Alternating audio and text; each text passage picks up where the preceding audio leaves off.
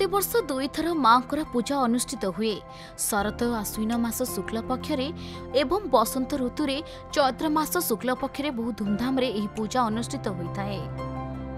वर्तमान चाषी माने शस्य धान फसल भल हेबा पई जाजपुर ग्रामर ग्रामदेवती मां नाकिटी भविनी को पीठरे पूजार्चना करुछंती।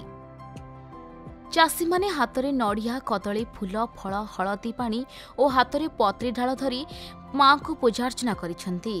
गाँर शताधिक चाषी एकत्रित होई एही पूजा करिथिले।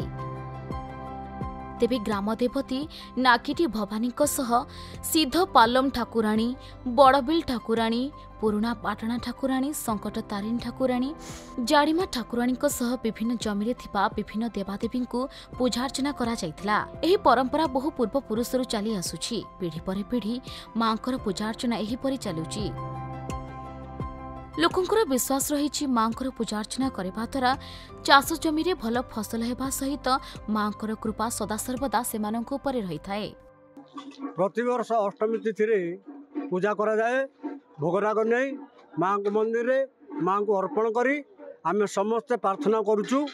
आ प्रार्थना करी माँ रो शांति पाई ये करा जाए।